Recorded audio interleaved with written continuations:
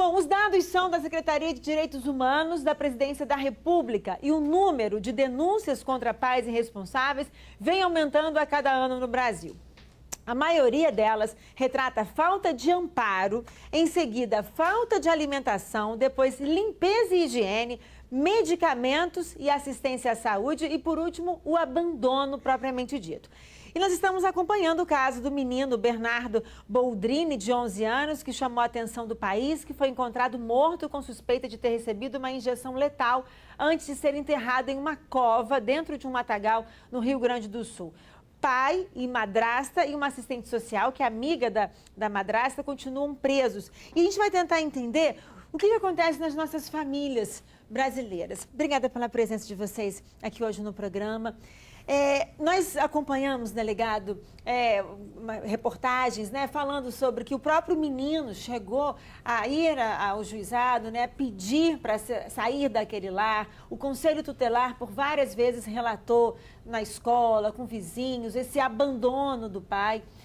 E quando a gente vê que terminou esse caso numa tragédia, fica triste saber, eu me sinto frágil mediante essa situação. É uma realidade? Isso acontece aqui no nosso estado? Como que a gente pode tentar mudar essa história? Na realidade, a grande maioria das denúncias de maus-tratos que ocorrem no ambiente doméstico, que são provocados por pais ou por mães, ou por pais e mães, chega ao conhecimento do Conselho Tutelar ou da Polícia Civil por meio de denúncias feitas por pessoas próximas a essa criança, certo? Então, muitas vezes é uma situação que surge na escola, a criança chega lesionada até a escola e o professor repara que aquela criança está ferida, ou a criança comenta com um coleguinha em sala de aula e essa conversa das crianças chama a atenção de alguém, ou um parente, um vizinho entra em contato com o Conselho Tutelar ou com a polícia, informando que aquela criança é vítima de algum abuso. No caso, a própria criança procurar as autoridades é algo extremamente raro, é algo excepcional. Mas que essa criança é ouvida. Ele tinha 11 anos de idade e a minha pergunta é, a partir de que idade, a partir de que momento a justiça ouve com essa audição que precisa ser feita essa criança? Toda situação que chega ao conhecimento ou do conselheiro tutelar, ou da autoridade policial, ou de alguém do Ministério Público, do Poder Judiciário, em que uma criança de alguma forma está relatando ser vítima de alguma forma de violência, há que se prestar atenção nesse relato. Independente da idade. Independente da idade, certo? Mesmo que seja alguém que tenha visto a violência ou a própria vítima está relatando aquilo, há que se ter muito cuidado para saber qual é a melhor atitude a se tomar naquele momento, porque muitas vezes é necessário uma atitude emergencial para se evitar que um mal maior aconteça. Sim. E também para se verificar o que vai ser feito a médio e longo prazo para se transformar a realidade daquela vítima. Eu vou só voltar nesse assunto, na questão de como deve ser esse procedimento, E eu venho colocar uma situação que a família desse cirurgião plástico no Rio Grande do Sul, o pai do menino, colocou, ele tinha tudo, ele tinha uma vida confortável, morava numa casa linda, quer dizer, aparentemente, materialmente, ele podia ter tudo. Então, como os pais hoje precisam observar a criação, o seu vínculo com seus filhos? Olha só, Thaís, tem uma coisa que é assim, como a gente vive numa sociedade materialista, é muito comum todos nós acharmos que se uma criança tem tudo em termos de recursos materiais, ela está garantida, ela será feliz. E a grande questão do ponto de vista psicológico é que as condições materiais é o menos importante para a felicidade de uma criança.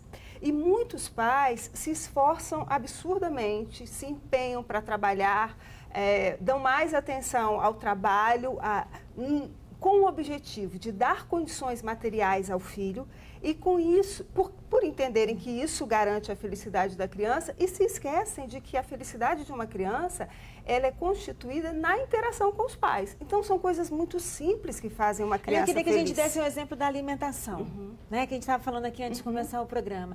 O pai acha que só em oferecer comida de qualidade e numa casa, numa mesa, ele está fazendo tudo. E ele está esquecendo do principal, Tá. Pior do que isso ainda, muitos pais acham que levar a criança naquela lanchonete famosa, que dá um brinquedinho no lanche, é estar dando o melhor para o filho. quando na verdade, às vezes, fazer uma pipoca em casa e sentar com a criança para contar uma historinha, para assistir junto do filho um filme comendo aquela pipoca feita na panela velha, para a criança tem muito mais significado em termos de vinculação afetiva do que ir na lanchonete famosa e ganhar o brinquedinho. Então, assim, a refeição, por exemplo, os momentos à mesa, onde a família interage, conversa, senta para comer, há estudos psicológicos que mostram que as crianças que fazem refeições em família têm um melhor desempenho cognitivo, são mais seguras afetivamente. Aí alguém pode perguntar, mas o que tem? Qual é a relação entre sentar para comer com os pais e ter segurança? Ora, quando você senta numa mesa para fazer uma refeição em família, você conversa, você compartilha, você divide, você ensina, você aprende. A Cecília, de Cidade Continental, diz assim, alguns pais são negligentes com os filhos e para que isso acabe, na opinião dela, é preciso que seja criada uma lei que obrigue os pais a tomar conta dos filhos. Aí eu entro numa questão, doutor Érico, que a questão é o seguinte, quer dizer, o que essas crianças e adolescentes relatam quando são levadas para a delegacia? E o que esses pais falam? Como é que falta esse diálogo em casa? A primeira percepção que nós temos dessas situações de maus-tratos ou de outras formas de violência física é que existe uma falta de proximidade, uma falta de vínculos afetivos entre pai, mãe e criança. Chegam estranhos na sua frente, nítido. Por exemplo. São pessoas, né, que quando são vistas, o contato, a proximidade ali lhes é desconfortável, certo? São pessoas que praticamente não interagem muito pouco. Ao passo que quando nós estamos em uma outra situação, tendo contato com uma família organizada, em que essa questão do vínculo afetivo ela é bem elaborada, né, como foi muito bem colocado, que a família convive, dialoga, que tem momentos familiares, a proximidade da criança para com os adultos é muito maior. A criança ela interage, você nota aquela afetividade. E então, o que acontece? Nós ouvimos essas crianças na delegacia e às vezes são depoimentos ali que a criança hesita em falar, ela tem dificuldade porque ela tem muito medo de se expressar diante de um adulto, ela teme a proximidade com outras pessoas. Já a criança de uma família equilibrada, isso é completamente distinto. O senhor trouxe até um exemplo da campanha do Uruguai, que fala sobre isso, para acabar com os maus tratos. Como é que fala? Qual é a essência da campanha? Porque o mote da campanha que é feita em âmbito nacional no Uruguai é o seguinte, como se prevenir, né, a questão dos maus tratos? A prevenção ela é muito simples, né? Às vezes a gente pensa, precisamos de algo mirabolante, não é nada disso. A campanha, ela privilegia justamente o vínculo familiar. Então, são frases de impacto. Chegue em casa e converse com seus filhos. Prepare e consuma uma refeição com os seus filhos.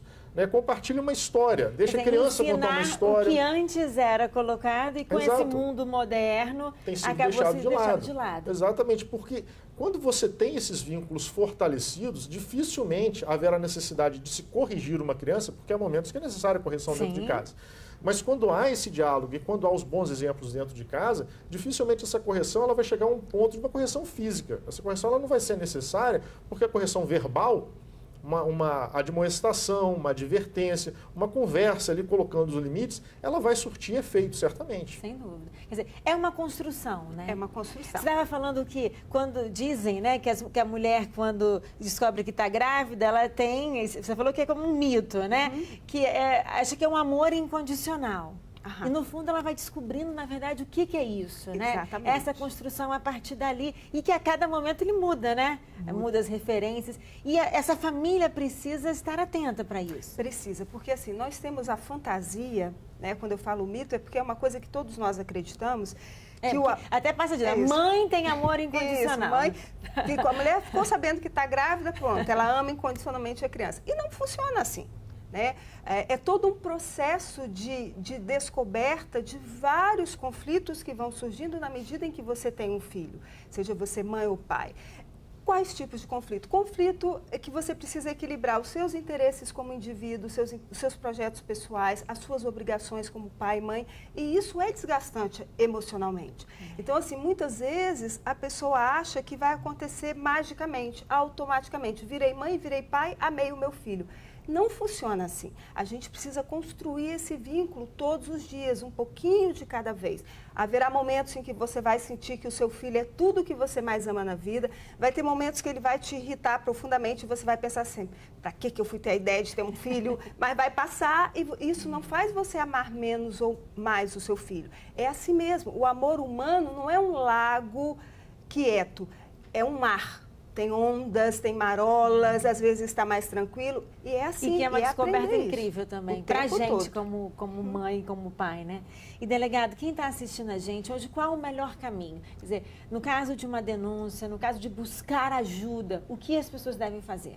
Existem 2 canais principais que são utilizados para a apuração desse tipo de fato. O primeiro é se buscar auxílio no Conselho Tutelar, aí depende do município, a região, ou na polícia.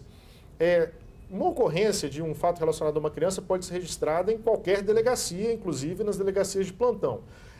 Então, procurar uma delegacia sempre que se constatar uma situação de violência. Agora, caso a pessoa não queira se identificar, ou seja, a pessoa ela sabe que uma violência contra a criança está ocorrendo e por algum motivo ela prefere permanecer no anonimato, existe o Disque Denúncia, o 181, que é um serviço por meio do qual as pessoas passam as informações. É importante passar o máximo de informações possíveis, né, para que a gente possa chegar a essa criança. As denúncias são encaminhadas para a delegacia e nós começamos a investigar os fatos. Ok. Olha, ficaria mais tempo aqui com vocês. Chegaram perguntas agora no finalzinho, mas fica o convite para voltarmos e falarmos sobre esse assunto, porque pode não ser uma campanha nacional, mas pode ser uma nossa, né? Sim. De estar aqui, de não desistir nunca e de oferecer informação para você. Obrigada, delegado, pela sua presença aqui hoje. Obrigada, tá, Angelita?